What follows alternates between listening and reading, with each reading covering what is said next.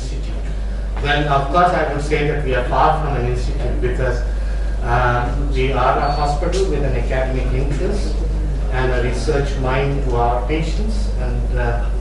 But an institute is an institution which incorporates many other things, which research. Of course, how to grow in your growing practice is probably what I would rather focus on, and why do we really need to do that? Because I think growth is the one constant and everything else will change. So if we are not growing, so tomorrow we won't be a leading practice. Today we may be a leading practice, tomorrow we won't be a leading practice unless we grow.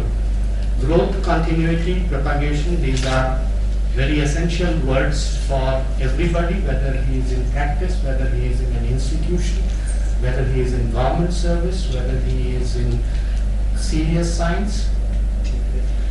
And the second important thing that I have realized is health is definitely well, and but health behaviors, they evolve, they don't change overnight. So we need not rush for things, and the surroundings and the society around us will evolve, and we have to keep on growing with the evolution. It need not be drastic. And what I was hearing till now, let us first explore that why do we actually work.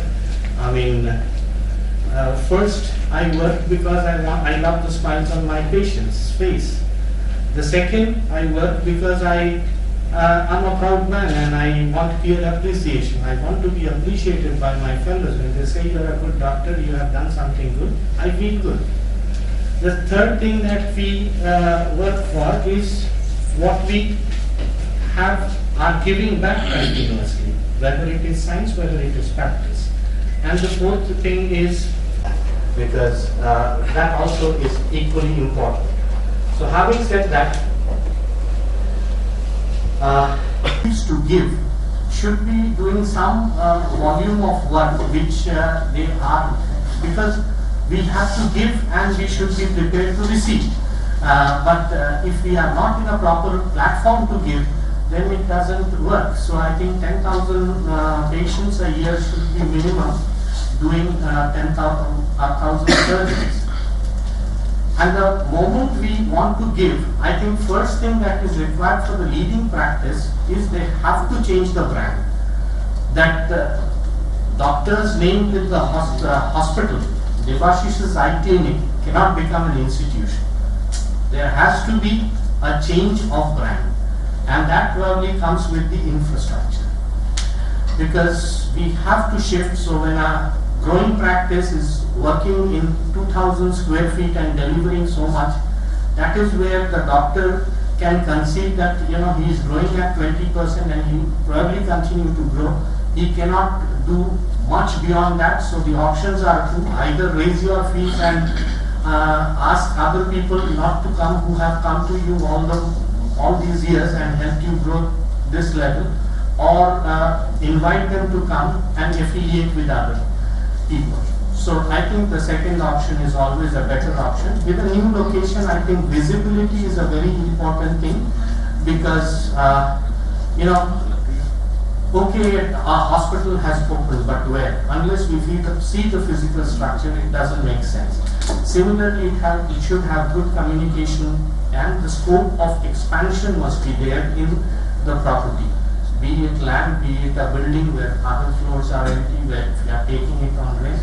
And initially, let us conceive it as a surgical center, where the leading practice is still practicing in his clinic and actually taking his patients to a surgery center. And he has to affiliate with younger doctors. The other affiliated doctors probably work on the same model, where they bring in surgeries to the surgery center and they practice as clinics. So essentially there is two brands going on simultaneously. The ownership initially, of course, I think everything has an investment has to come from the leading doctor.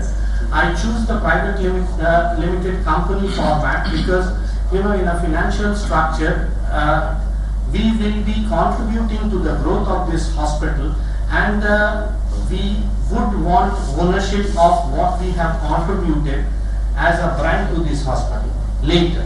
So I think a private limited company have got preferential shares, debentures, everything which can later be converted into equity shares.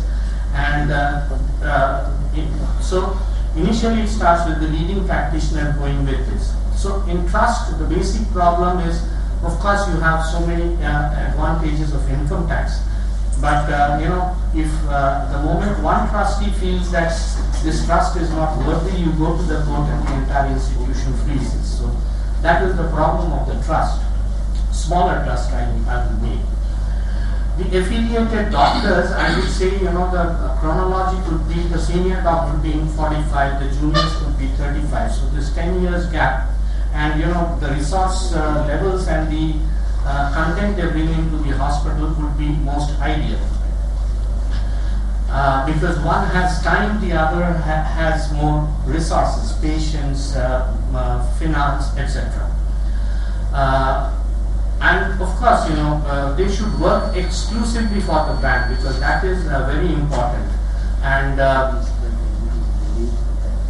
as I told you that they can practice in different, but they should exclusively bring their patients to the surgery center and not another center. You cannot have multiple choices there. We can have a lot of options now. Now the affiliated doctors, I think this. We should not be trying to cross-subsidize or compassionately promote something which doesn't exist. So this distribution of the doctors are also important. That you have one from oculoplasty doing comprehensive and cataract, one from refractive cornea and cataract, one from glaucoma.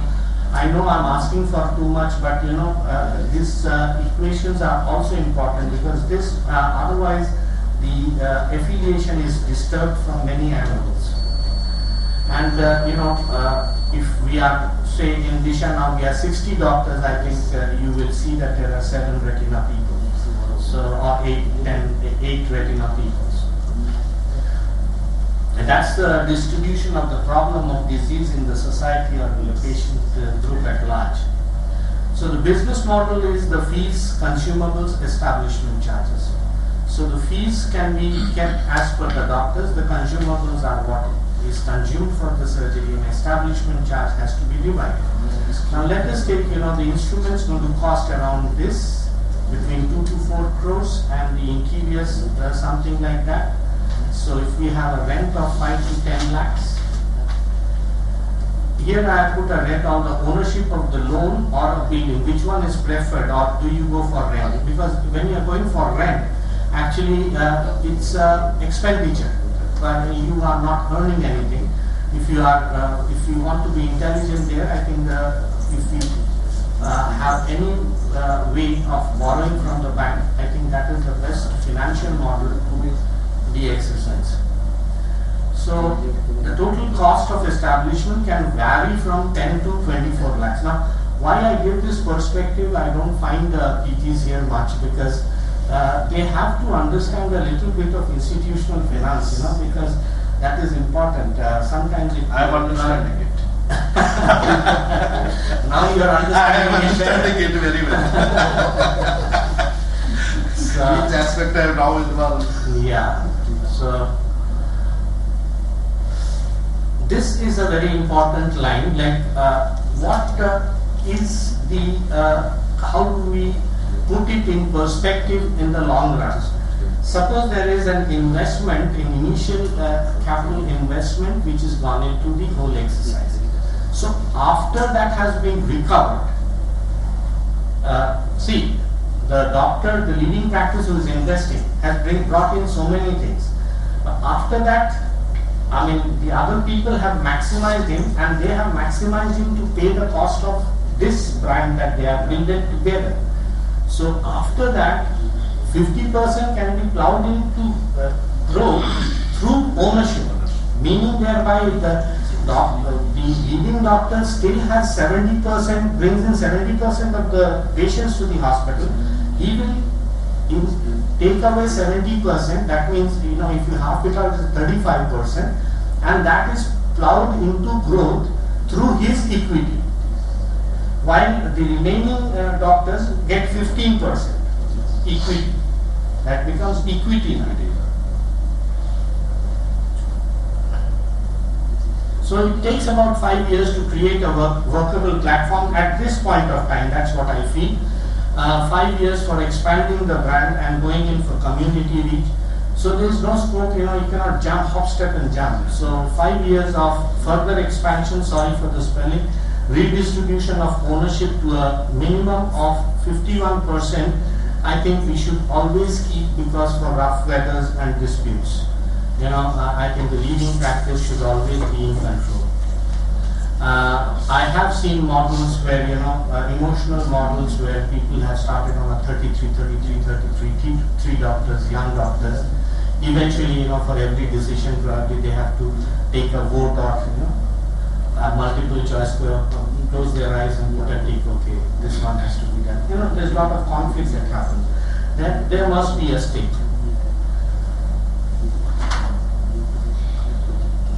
And the clinic of the affiliated doctors can later be branded if you want to see because if these things are put in contract, then it can work as per contract. It is not that how much in company law it definitely stands.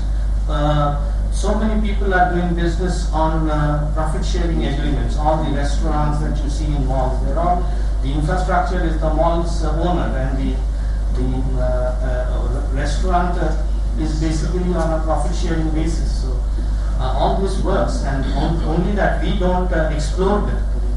So the affiliated doctors can also open satellite clinics in townships where they can encourage the juniors to come up, and the leading doctor at a certain age, when he becomes old, he can still mentor and he can earn the profits. As I said, 50% can be taken off at profits after payment of the capital cost. And of course, this is important, that if a leading doctor's child joins, he can join as a newcomer. He can start as a clinic. I think that's the best way. If you see the evolution, it is very difficult. I find, it's a very difficult exercise for Dr. Abhay Basavara, I'm just make the name, to introduce his children at his level of practice. Immediately. It will take time. So these are good options, and I think we need to constantly engage with our resources, with everybody, and if we join hands, I think we can always continue to grow and don't get stuck up in some place from where the graph goes down. Because growth, change and continuity are perennial, it will go on. If we don't grow, somebody else will do so.